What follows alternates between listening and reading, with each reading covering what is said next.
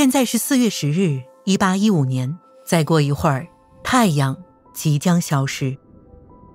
在现今印度尼西亚的一个岛屿上，坦博拉火山爆发时发出的轰鸣声，可以在2000多公里外听到。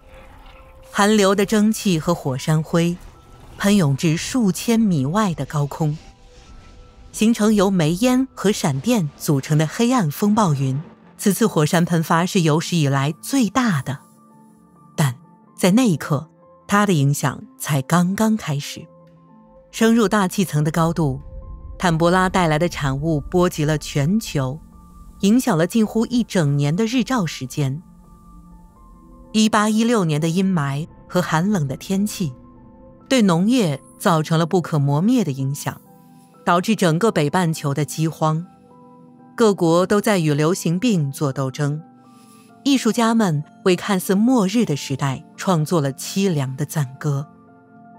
那是无夏之年，可谓是人类历史上最黑暗的时期之一。那么，为什么一些现代研究人员要寻找重复它的方法呢？显然，没有人愿意再经历这一时期的饥荒和绝望。但一些科学家对使用硫磺雾霾来遮挡阳光感兴趣，并期望此举能延缓全球变暖的影响。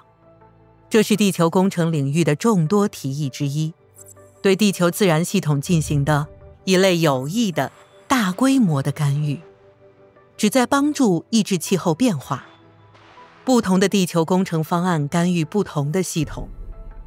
任何通过阻挡到达地球的阳光量来冷却地球的计划，属于太阳辐射管理范畴。其中一些提案规模庞大，例如创建有用版本的火山雨流的建议，或在地球轨道上建造一个巨大的遮阳棚。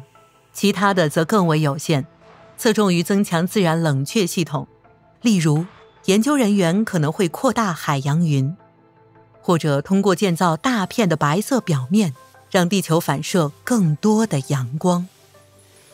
其中许多计划听起来有点奇怪，但有理由相信它们可能有效，尤其是因为坦博拉火山喷发等自然事件。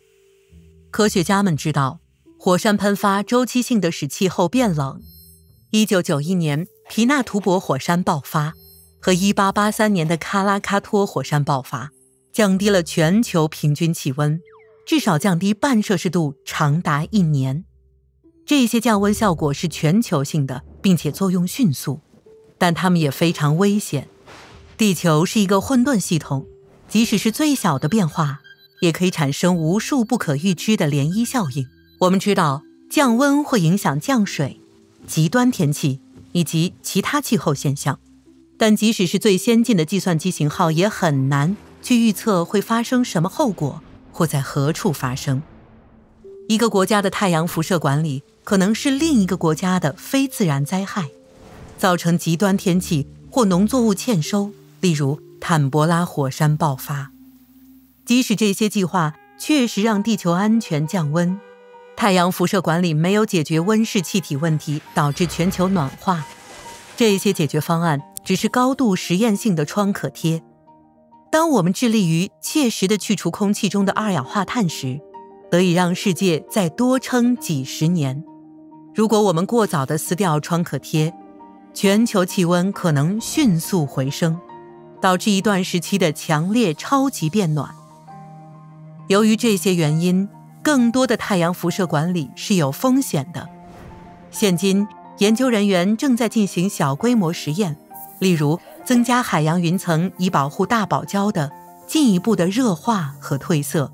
大多数科学家都认为，我们应该寻求减少排放的方法，并首先从去除大气中的二氧化碳开始。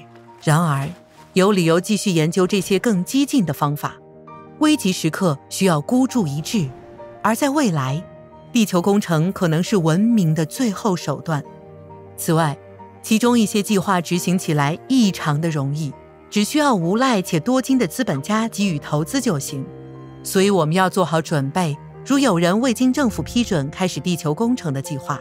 但也许调查地球工程影响的最重要原因是人们已经在对大气进行大规模干预。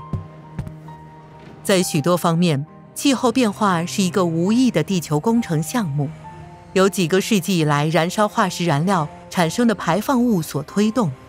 除非我们采取行动遏制排放，并尽快从大气中排除二氧化碳，不然我们的夏天可能岌岌可危。我们拥有拯救世界的工具和知识，但下一步该怎么做？请访问 ed.ted.com EarthGoo， 了解你可以遵循的路线图，以及你可以采取的具体行动，以做出改变。